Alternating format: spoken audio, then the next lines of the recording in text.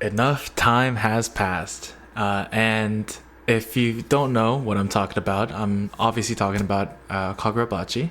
I'm talking about the teaser that just got released. And it's now out on YouTube. It's like a 2 minute teaser. It's really nothing crazy. Um, but highly recommend that you guys all check it out if you haven't already. And originally, this manga, now soon to be anime, was something that wasn't really taken too seriously. It had a lot of typical shonen tropes that a lot of people thought that it was kind of a joke and didn't really think much about it and thought it was kind of whatever. Now that it's at like 120 something chapters now, as of making this video, it's it's safe to say that it's an incredible manga. I also have recently caught up to it as of like a couple weeks ago. One of my friends sent me, he started sending me a bunch of Kagurabachi edits, and then I'm like, oh, I know this is from Kagurabachi, I just never watched it myself. And then he said, dude, you have to check it out. Like, and I was like, oh, is it not? I thought it was a joke though. Like, I thought it was a meme. And then he said everyone thinks the same thing, and once they actually try it, they actually realize just how amazing and how goated the series is. And he did not lie at all. It is incredible. It takes a lot of shonen aspects and just flips it on its head. It honestly doesn't really feel like a shonen. It feels a lot more mature. It's a bit darker, a lot more serious. Our main character isn't very that shonen trope of like super loud and really energetic and I'm gonna save the day. I'm a good person. Like all these kind of things. Like those tropes it's very different. Our main character Chihiro is a lot more of a quiet person. You would be surprised that he's even a main character to begin with.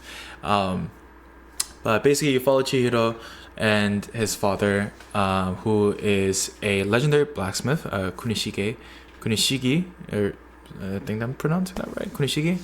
But legendary blacksmith, and he built these 6 katanas that helped end a war, the Seitei War. And if it wasn't for him, they would not have won the Seitei War. Japan would have not won the Seitei War. So he's known as a national hero, where he's celebrated and across the nation, and everyone talks about him, and he's so highly respected. And Chihiro is kind of learning that something's gonna happen along the lines, and Chihiro now needs to get those 6 katanas back. I won't go too much into depth. Obviously, a lot of the stuff you can kind of get the backstory of what I'm trying to say in like the first 2-3 chapters, but for anyone else that wants to watch it. Now Chihiro is on a mission to get these 6 katanas. However, these katanas aren't just normal katanas. I mean, obviously, it's a shonen. Why would it be? Each katana you can basically consider these basically nukes. And there's whole power systems in place. There's like, magic and sorcery or whatever, this and that kind of stuff. But I think the coolest part, at the end of the day, it's a battle shonen. So it's really, really big on its fights, and its fight choreography is amazing.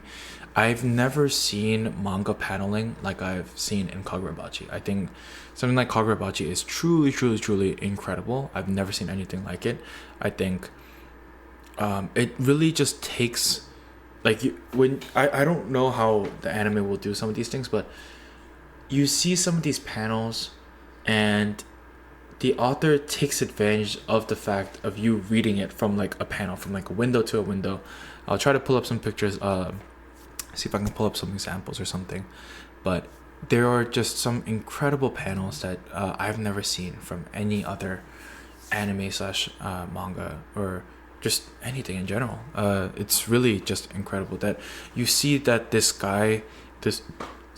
author truly, truly loves his story, and truly loves the characters in it and whatnot. So it's incredible. It has a very unique power system where it slowly by surely, like, you start peeling and learning the rules of this world and learning the rules of these like what do you call it? There's set rules that are set in place and with their power system and whatnot, and it does its best not to break those rules. It always sticks with it, and it doesn't, you know,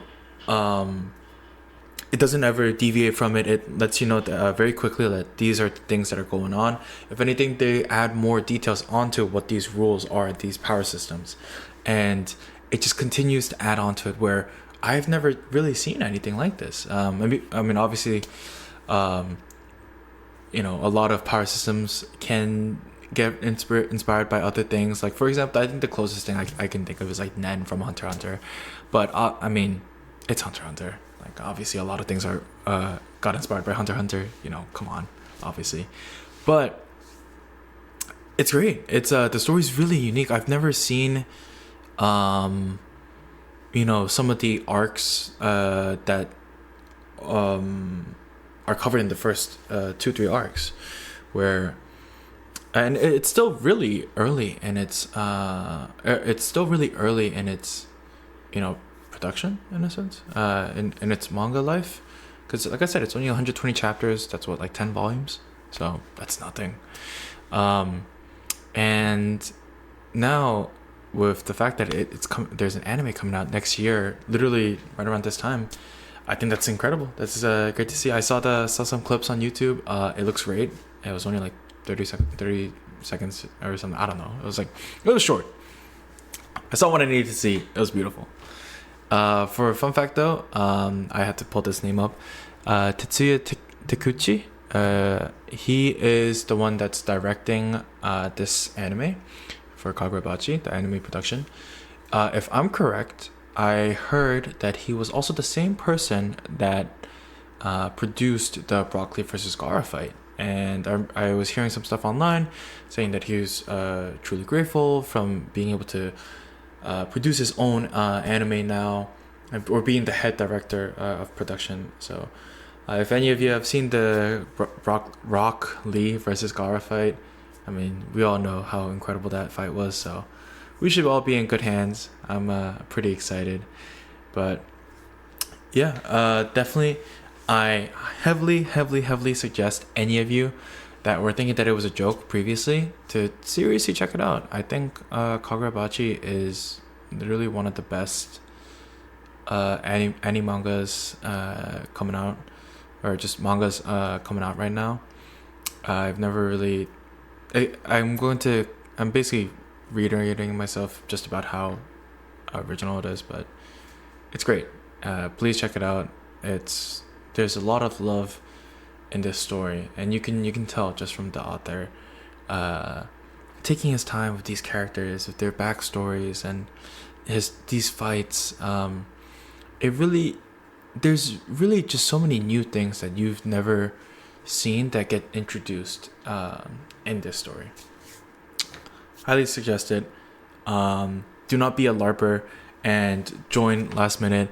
Now is absolutely the perfect time to be reading Kagurabachi, especially because slight spoiler, but the first like part, huge chunk, like kind of like Chainsaw Man had part 1 and part 2. The first part of Kagurabachi is now over, and we're now in the second part, which is actually a lot of backstory. It's actually all backstory right now, so it's actually the perfect time to be reading, to be caught up. I probably caught up in like less than a week. There's not much. It's like I said, it's 120 chapters. Try to find it from your manga website or whatever that any of you guys have, but definitely give it a read. It's a blast. I truly recommend it. Also because I need more people to talk about Kagurabachi with. But in the meantime, hope you guys are reading it, and if not, let's all be on the lookout for any more trailers and teasers and whatnot. I'll be on the lookout for it as well. Let's not be LARPers, and let's enjoy Kagurabachi together, and let's talk about it. Alright,